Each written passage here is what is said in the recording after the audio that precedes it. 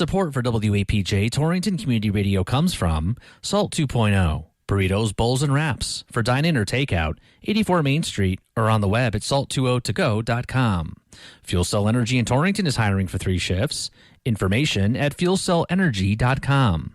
Smilo Cancer Hospital. At Smilo Cancer Hospital's Care Center in Torrington, each patient is paired with a team of experts who specialize in treating their specific form of cancer with access to genetic testing, tumor profiling, and clinical trials through Yale Cancer Center. Information at smilocancerhospital.org or 860-482-5384. Torrington Downtown Partners. On the web, torringtondowntownpartners.com. Driver Education Station, providing driver education services including online classes, driver education programs, the 8-hour minimum required driver education class, and testing with them, or through the use of their car at the DMV. Email des@drivereducationstation.com or on the web, drivereducationstation.com. Patty's Cleaning Plus LLC, residential and commercial cleaning, 860-459-4553. New Morning Market, a family-owned natural and organic grocery store, sharing the goodness from local farmers and providers every day for over 50 years. Open for in-store shopping or online for pickup at newmorningmarket.com. The Roberts Tax Group, located at 49 Main Street in Torrington, providing income tax preparation and resolution of past tax problems. 860-283-4847.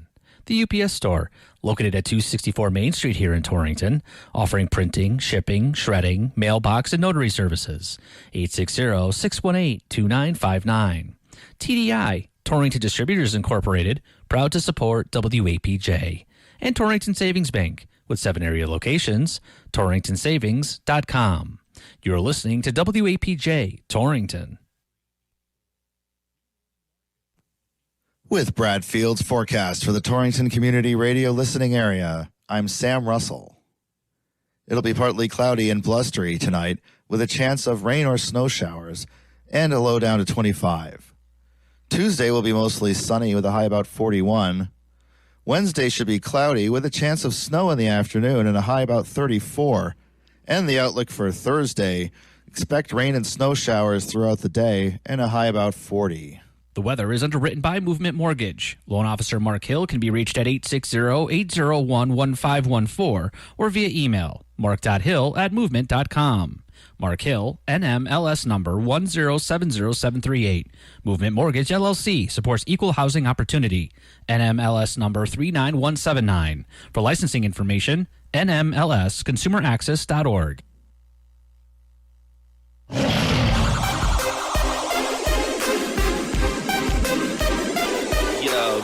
That pacemaker, G. I got something to say. The Yellow Vest Posse. H-E-L to the P coming at you now. The Yellow Vest Posse. Well, you might see me cruising at my old folks' ride. Blinker's been on since I got inside. You thinking I'm a folky shuffleboarding old time? But I'm a Lions Club member and a real good rhymer. You know I dress to impress, fly as I can be. Wear my yellow vest whenever doing good deeds. I might kick it in the park and over planting trees. Although selecting eyeglasses to help the kiddies see. Lions Club, no time for rest. Lions Club, we be rocking the vest. And good evening. You're listening to Line Around Connecticut. I am Pete Cianciolo. I am your host. I've got a couple announcements to make. I just want to let you know, no Sunny side of the mic tonight. He is on vacation. He'll be back next week. Lots going on in Lions. There's a beatball team starting up in Connecticut, the Connecticut Torpedoes. If you're visually impaired and interested in playing, please email me at cttorpedosmd23@gmail.com. That's cttorpedosmd23@gmail.com. Would love to hear from you, even if you're just interested. But if you're interested in playing, please, especially email me at ConnecticutTorpedosMD23@gmail.com. And we are collecting pajamas for kids and turning them in at our Midwinter Conference on February 3rd. If you're aligning listening right now, get them to your club president or zone chair. If you can't get hold of them, email me at pjec16@yahoo.com. That's pjec16@yahoo.com. Listen, I got a special guest tonight. We're going to talk about diabetes and healthy eating. She's a friend of Lions Club's in Connecticut and all of New England. She's done seminars for us. She's a lifestyle coach, I believe, out of American, Connecticut. I want to welcome to the show Kate Glendon. Welcome to the show, Kate. How are you doing tonight? Thank you so much for having me. I'm doing well. How are you? I'm wonderful. So let's get started. I'll start with the first question. How many people don't know they have diabetes and pre-diabetes? So many. So about 1 in 5 don't know.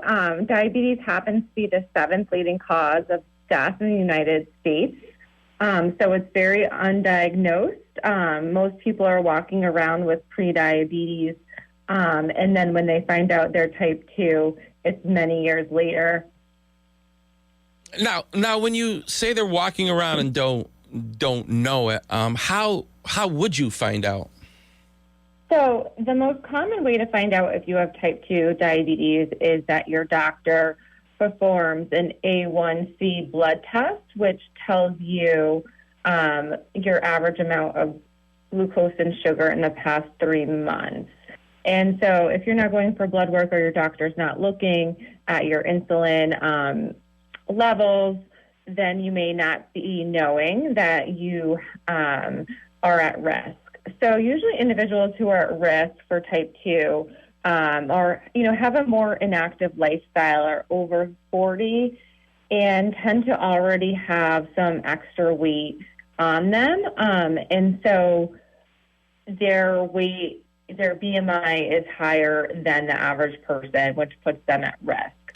So that's when you would want to take action. How would you know? But I mean, what I meant by how would they know is not the technical way, is like, I'm sleepy all the time, feel lightheaded. Would that be like one of the signs or some of the signs that should alert you to go to the doctors to get this checked out? It could be the inability to lose weight. You could be having trouble, breathing, sleep apnea as another one, excessive thirst, just feeling lethargic more often than not, or having, kind of peaks where you feel dizzy and hungry, and then because your sugar is dropping too low. Okay, now you said type 2. There's a couple different types of diabetes. Yes, there are 2 types. So type 1 is genetic. It appears once you're in your adolescence, young adults, and it has to be controlled by insulin. Type 2 is something that you develop when you're in your adulthood, sometimes earlier on with childhood obesity, but more likely or not, you don't find out you're pre-diabetic until you're over 40. Now, what are the physical dangers of it going undiagnosed and then all of a sudden you have you pass out or something like that? Is that possible, or is that?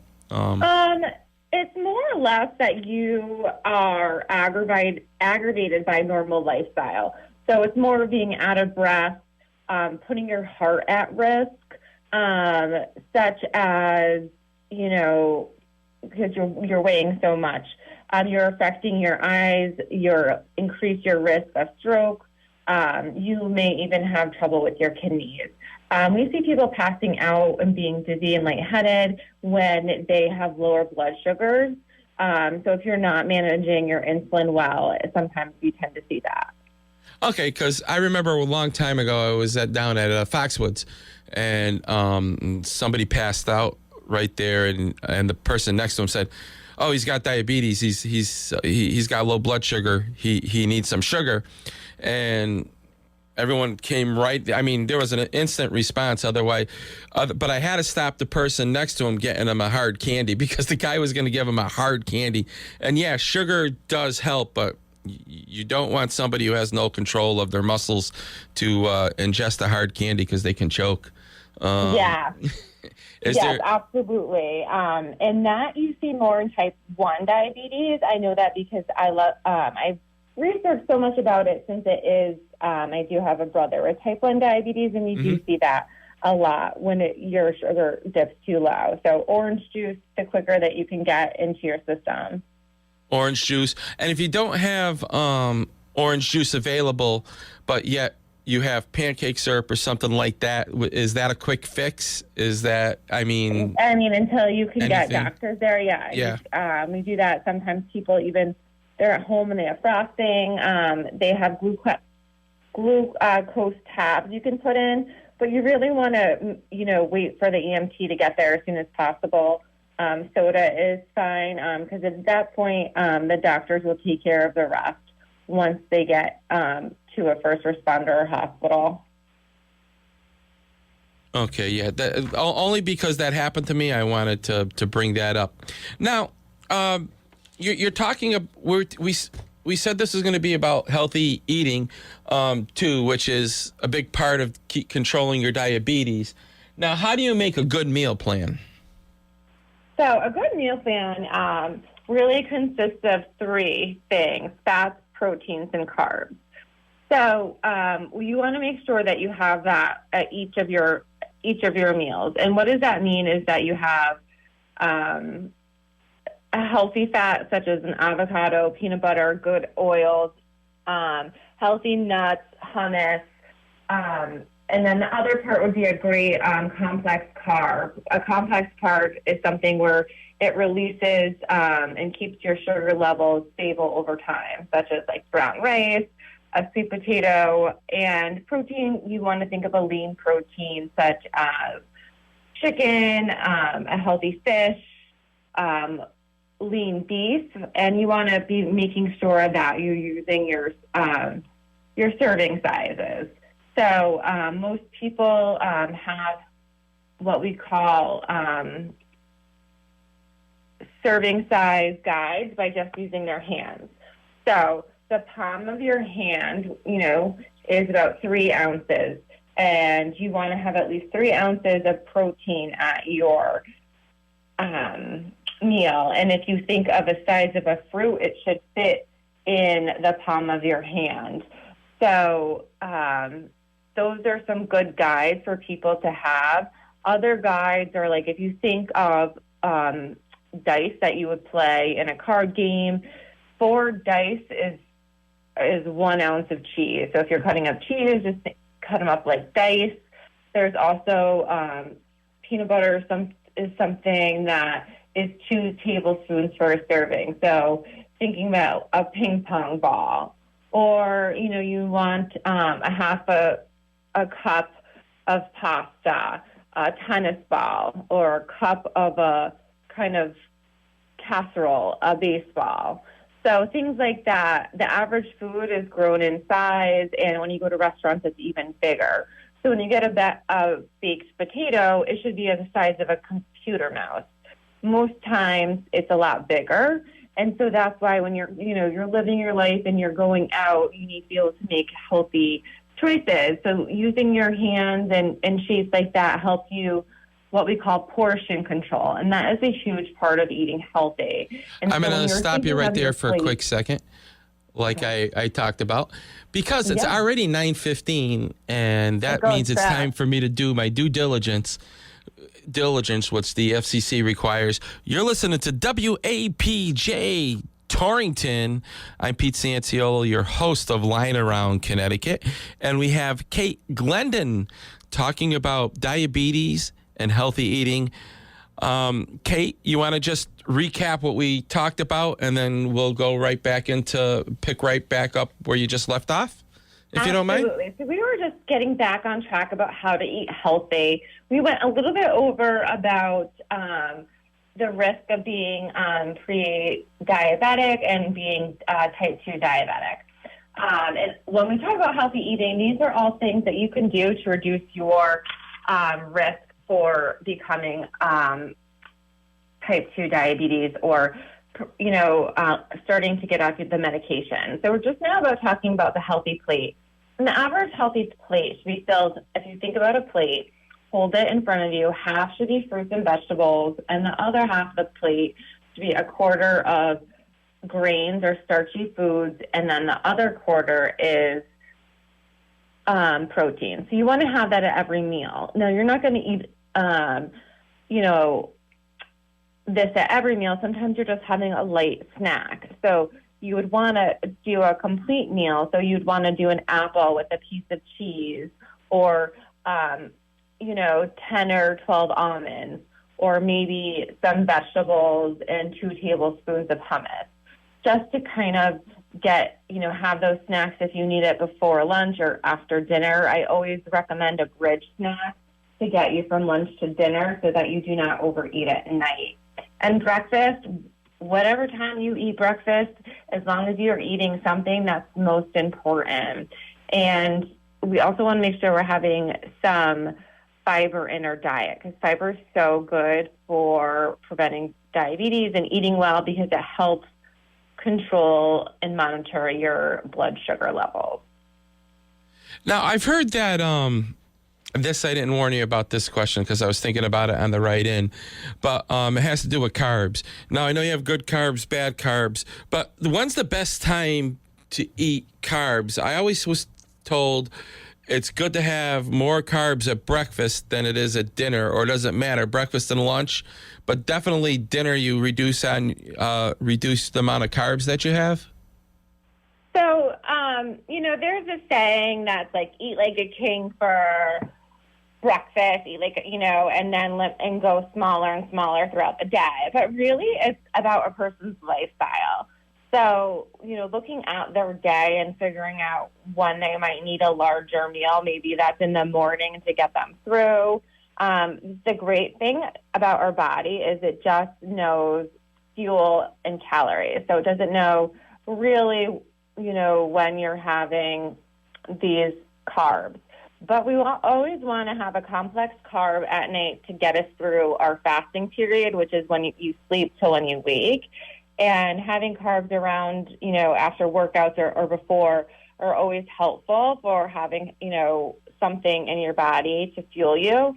But it's the amount of carbs that you have, which is important. So making sure that you're having portion control with carbs is so important as well. So you don't want to eat too much in the day where there's nothing left at night. Okay. And now, I know when I go shopping, it's pretty confusing. There's whole wheat, honey wheat, and then when you start looking at the ingredients, some of the ingredients are a little scary. That doesn't look like they're all 100%. It may say wheat bread on the front, but if you don't look at the ingredients, what should we be aware of with these ingredients? Right, that's a great question. So when you're looking at ingredients, you want to make sure that first that you can say them, and that the first ingredient is always what's most in the food item. So you want to make sure that it's something that is true. It's not some kind of sugar or molasses to color the bread. That it's wheat. It's some kind of sprout, something that is actually edible. Because you can put a lot of labels on foods on the front to market it, but that doesn't mean that it is truly the best item for you. So you really want to look for organic, non-GMO foods. You want foods that will mold faster because they have more real ingredients in them. Okay. Yeah, that it is so confusing, and I appreciate that, because that's not everybody thinks to look. I mean, we all know the ingredients are there. Not everybody looks at the ingredients, and when you're looking at the ingredients, it's just like, half the time your head's spinning. So let's get back to when we left off. We were talking about portion control and the different comparisons of portions. Like you said. Now, what is a handful equal to as far as a cup, half cup, that kind of thing? Oh, okay. So when we go back to the hand serving sizes, so if you were to put your hand out in front of you, you know, a quarter cup would just kind of fit in the little bit where your fingers begin, so very small. Or if you want to think of a quarter cup, think of a golf ball. And that is for like your trail mix, your nuts, so the amount of a golf ball. That we talked about 3 ounces of protein being like the palm of your hand or a deck of cards. Think of a baseball as a cup. So, if you have these things in your house and you don't have a measuring thing to weigh your food, or print them off in the computer, just to remind you. And it really does make a difference because we always think that the serving size should be bigger, and we tend to disagree with what it says, or we do not read the food label, and the food label will say that it has 2.5 servings when we think it should just be 1 human serving. So that's another good thing to do, is always read the food label in the back and look underneath the calories. It will tell you how many servings or how much you can have in one portion. Yeah, and that's great, because that's so helpful to know all this. Also, in the beginning, you mentioned there was like 1 out of every 5 people are walking around not knowing they have diabetes. What are all the numbers like? Is there 1 million people diagnosed with diabetes? Is this one of the most prevalent things out there versus heart disease or cancer or not? So it is something that you're 1 in 3 adults are at risk for being pre-diabetic. So you're more at risk of getting pre-diabetes than you are of a shark attack. And 86 million Americans, maybe, the person next to you has pre-diabetes. So it's very prevalent. But the good thing about pre-diabetes and diabetes type 2 is that it's all preventative, and we can control it through food and medication. The last 20 years, the numbers have doubled with those with diagnosed with diabetes. And that could be from more testing or more people with a sedentary lifestyle. So right now, 37 million adults have diabetes. And so, there's a lot more fast food out there. There's a lot more options. And now there's food delivery services where you can get anything to your door. So, the desire to eat healthy has to come from within, and you need to want to change. So it's important that you really, make some healthy choices, but even just by starting by eating portion control. Now, how does exercise, sleep, and stress management play into diabetes? I know we touched a little bit about exercise, but... Yeah, so exercise is good to move. We want to aim for 150 minutes of exercise every week. And you could spread that out, that best fits you, but you want to move more. The more you move, the better you will feel, and it burns calories, right? And burning calories helps to lose weight. And so it also produces those good endorphins that help with your mental health and put you at a place of ease and less anxiety. That is also what's really important. And sleep is also important because if you're not getting enough sleep, your body is not, repairing itself at night, and you're waking up a little bit overstressed. You'll carry some more cortisol with you on your body, water weight, and it can make you more hungry, and you'll try to stay awake with food. So it's best to get as much sleep as you can if possible.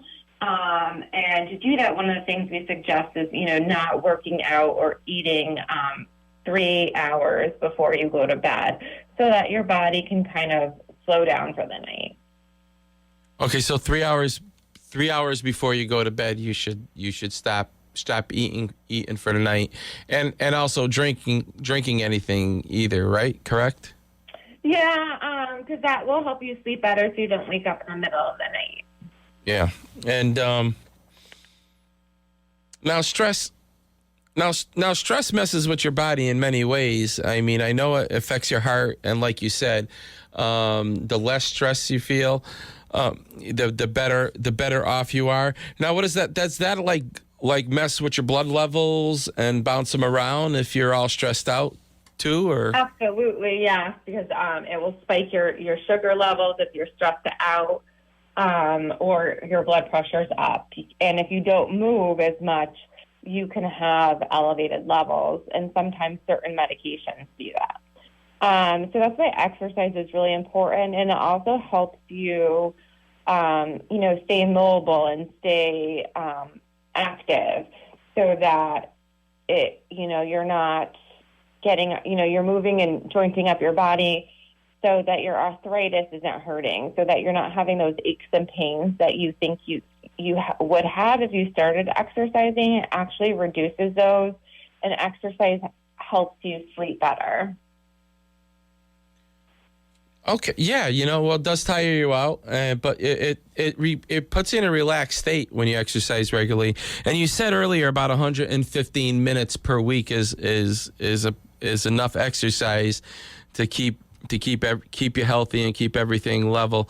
I know everybody goes around counting their steps and thinks that they've got to get 10,000 steps a day in and everything, but if you only need 115 minutes of exercise per week, that's divided by 7. That's less than an hour a day of exercise somewhere. Absolutely. I would definitely always aim for more when you can, but it's not a lot, because you can get intentional movement by just, going to the grocery store, cleaning your house, shoveling snow. Any of that extra movement, too, counts towards your steps. So less focus on your steps, but more focus on your movement. So wherever you are with your step count, just try to increase it, slowly over the month. So, increase it by 200 to 300, more steps a week. Well, we got just about a minute and 10 seconds or so left. So is there anything that you wanted to say that you didn't get a chance to talk about that you can squeeze in here, or you just want to just cap it off? This is such an important topic that I would love to talk more about. If anyone has anything they have concerns about or would like a free session, I do offer that on my website, glendoncoaching.com, so that they can learn more about how to have some healthy habits. So I would offer that to your listeners. Thank you so much. And Kate, thank you for coming on to Line Around Connecticut tonight. We have to go, so I will cut you off and just say goodnight to my listeners.